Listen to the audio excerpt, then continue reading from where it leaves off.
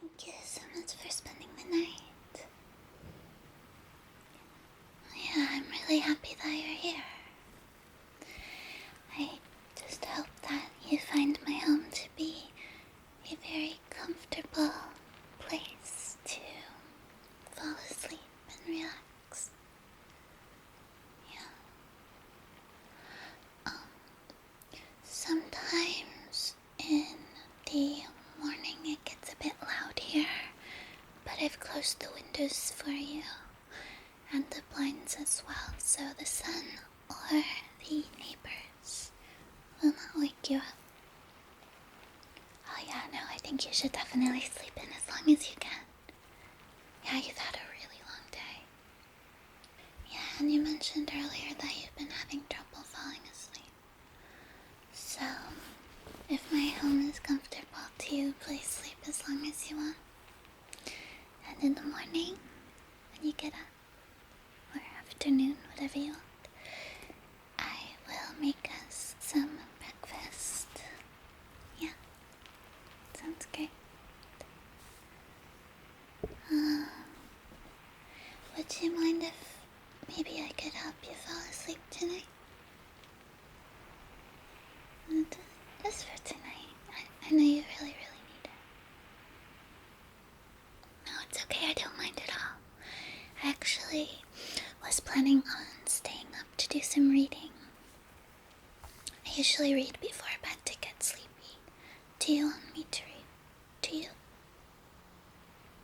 Yeah, I'll show you the two books I was debating between. First, can I tuck you in?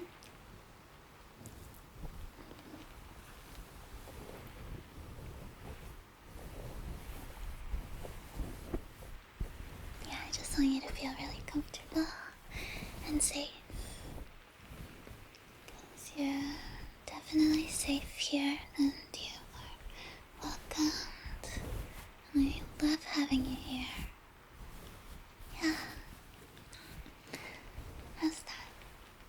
Are you stuck?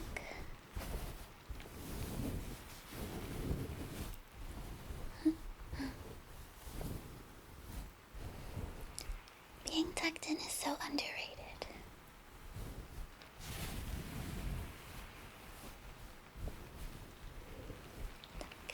Tuck.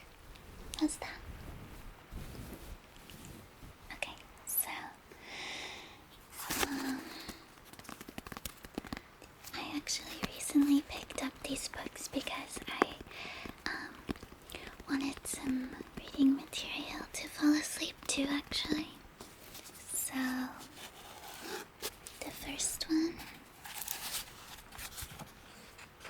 is the Sonnets by William Shakespeare. I love reading these little short pieces. I think it's beautiful and I love the language. But these aren't the most relaxing stories. There's quite a bit of tragedy. So maybe we can try this next one. So I was really excited when I found this book. It's called Sleepily Ever After. Bedtime stories for grown-ups. An enchanting anthology full of calming, touching, and funny tales to help you relax and drift off to sleep. Welcome to a world of happy endings, gentle humor, and good choices.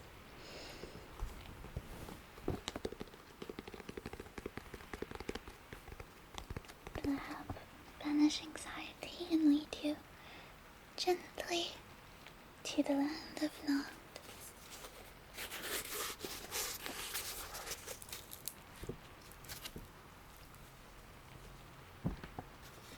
I guess I'll just start at the beginning. Sleepily Ever After. there's pieces from a bunch of different authors in here.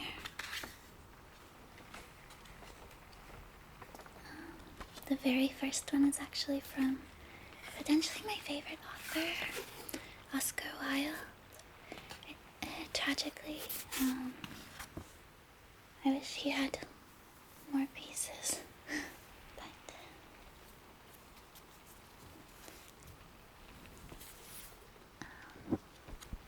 okay, so this first story is called The Model Millionaire.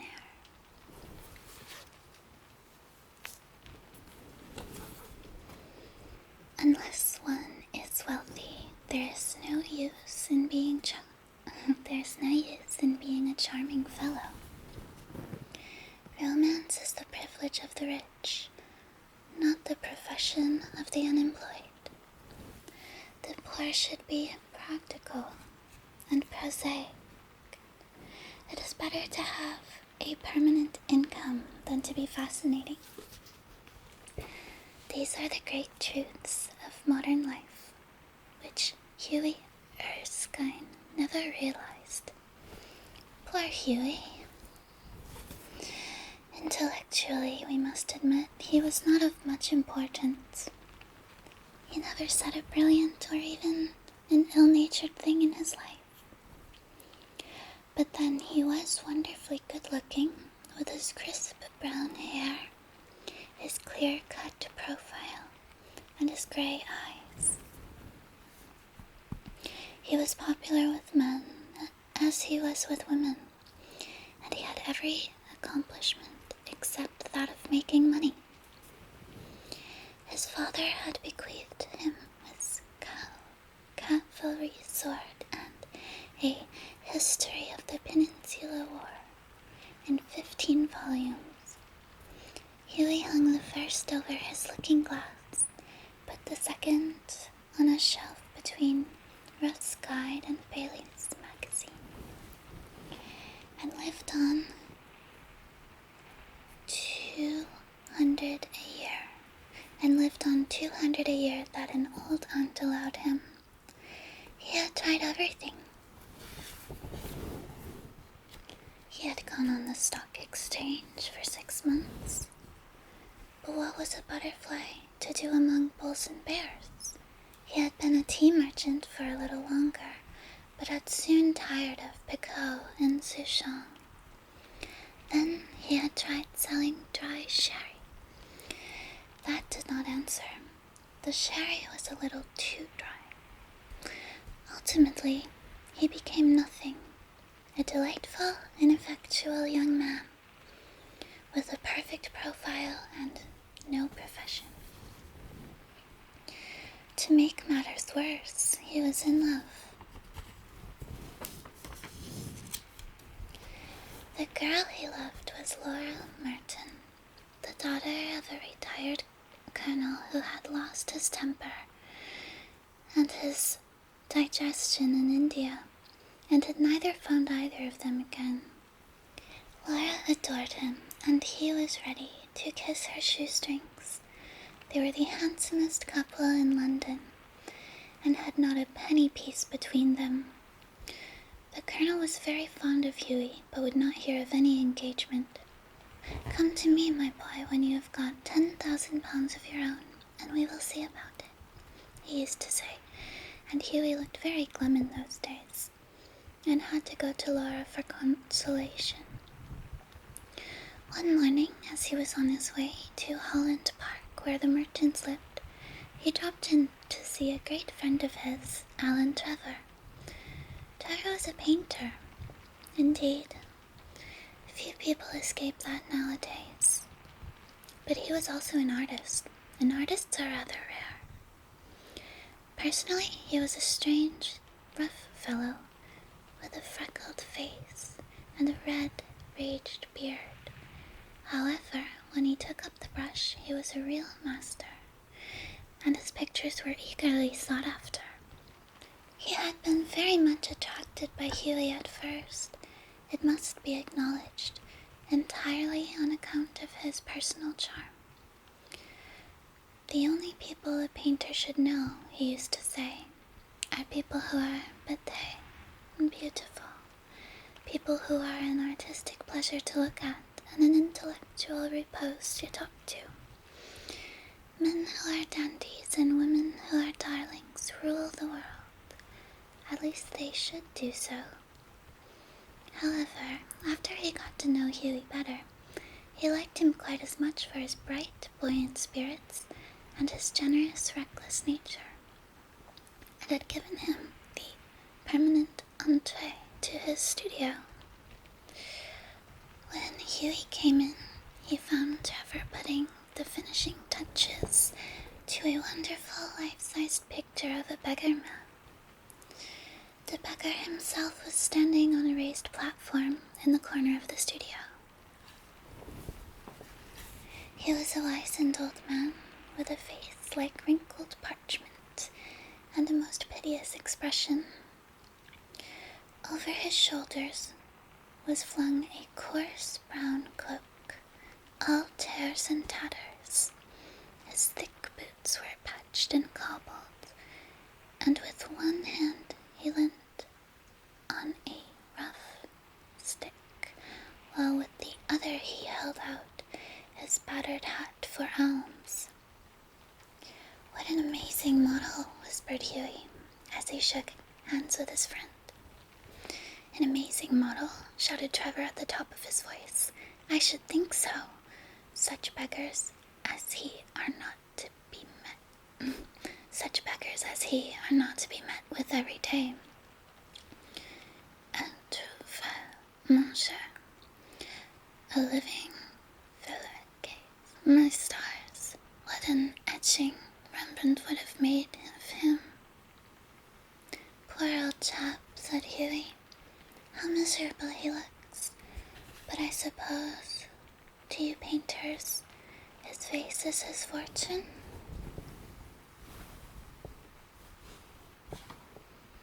"Certainly," replied Trevor. "You don't want a beggar to look happy, do you?" "How much does a model get for a sitting?" asked Huey, as he found himself a comfortable seat. "A shilling an hour." "And how much do you get for your picture, Alan?" "Well, for this I get £2,000.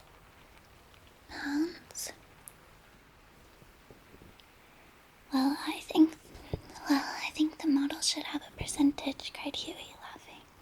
"They work quite as hard as you do." Nonsense.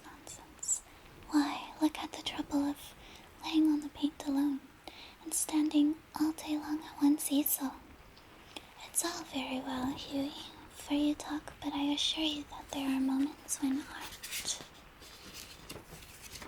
almost attains to the dignity of manual labor. But you mustn't chatter. I'm very busy. Smoke a cigarette and keep quiet. After some time, the servant came in and told Trevor that the frame maker wanted to speak to him. "Don't run away, Huey," he said as he went out. "I will be back in a moment." The old beggar man took advantage of Trevor's absence to rest for a moment on a wooden bench that was behind him. He looked so forlorn and wretched that Huey could not help pitying him, and felt in his pockets to see what money he had. All he could find was a sovereign and some coppers. "Poor old fellow," he thought to himself. "He wants it more than I do, but it means no hansoms for a fortnight." And he walked across the studio and slipped the sovereign into the beggar's hand. The old man started, and a faint smile flitted across his withered lips. "Thank you, sir," he said. "Thank you." Then Trevor arrived, and Huey took his leave, blushing a little at what he'd done. He spent the day with Laura and got a charming scolding for his extravagance and had to walk home. That night, he strolled into the Palette Club about 11 o'clock and found Trevor sitting by himself in the smoking room, drinking hock and seltzer. "Well, Alan, did you get the picture finished all right?" he said as he lit a cigarette. "Finished and framed, my boy," answered Trevor. that old model you saw is quite devoted to you. I had to tell him all about you. Who you are, where you live, what your income is, what prospects you have. My dear Alan, cried Huey, I shall probably find him waiting for me when I go home. But of course you are only joking. Poor old wretch, I wish I could do something for him. I think it is dreadful that anyone should be so miserable. I've got heaps of old clothes at home. Do you think he would care for any of them? Why, his rags were falling to bits. But he looked splendid in them, said Trevor. I wouldn't paint him in a frock coat for anything. What you call rags, I call romance. What seems poverty to you is picturesqueness to me. However, I'll tell him of your offer. Alan, said Huey seriously, you painters are a heartless lot. An artist's heart is his head, said Trevor. And besides, our business is to realize the world as we see it, not to reform it as we know it. And now you tell me how Laura is. The old model was quite interested in her. You don't mean to say you talked to him about her, said Huey. Certainly I did. He knows all about the relentless Colonel, the lovely Laura, and the 10,000 pounds. You told that old beggar all my private affairs, cried Huey, looking very red and angry. My dear boy, said Trevor, smiling, that old beggar, as you call him, is one of the richest men in Europe. He could buy all London tomorrow without overdrawing his account. He has a house in every capital, dines off gold plates, and can prevent Russia going to war when he chooses. What on earth do you mean? Exclaimed Huey. What I say, said Trevor. That old man you saw today in the studio was Baron Hausberg. He's a great friend of mine, buys all my pictures and that sort of thing, and gave me a commission a month ago to paint him as a beggar. Millionaire, and I must say he made a magnificent figure in his rags, or perhaps I should say my rags. They are an old suit I got in Spain. Baron Hausberg, cried Huey. Good heavens! I gave him a sovereign, and he sank into an armchair. The picture of dismay. Gave him a sovereign, shouted Trevor, and he burst into a roar of laughter. My dear boy, you'll never see it again. Some affair,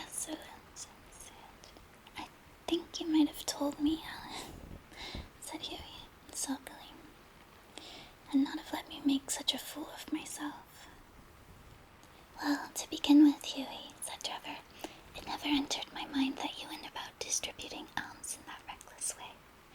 I can understand your kissing a pretty model, but you're giving a sovereign to an ugly one. By Jove, no. Besides, the fact is that I really was not home today to anyone, and when you came in I didn't know whether Hausberg would like his name mentioned. You know, he wasn't in full dress. What a duffer he must think me, said Huey. Not at all. He was in the highest spirits after you left, kept chuckling to himself and rubbing his old wrinkled hands together. I couldn't make out why he was so interested to know all about you, but I see it all now. He'll invest your sovereign for you, Huey, pay you the interest every 6 months, and have a capital story to tell after dinner. I'm an unlucky devil, growled Huey.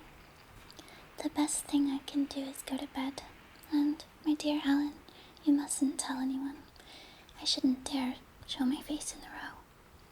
Nonsense.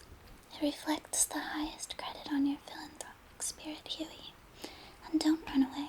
Have another cigarette, and you can talk about Laura as much as you like. However, Huey wouldn't stop, but walked home, feeling very unhappy, and leaving Alan Trevor in fits of laughter. The next morning, as he was at breakfast, the servant brought him up a card on which was written, Monsieur Gustave Nadine, de la part de M. le Baron Hausberg, I suppose he has come for an apology, said Huey to himself, and he told the servant to show the visitor up.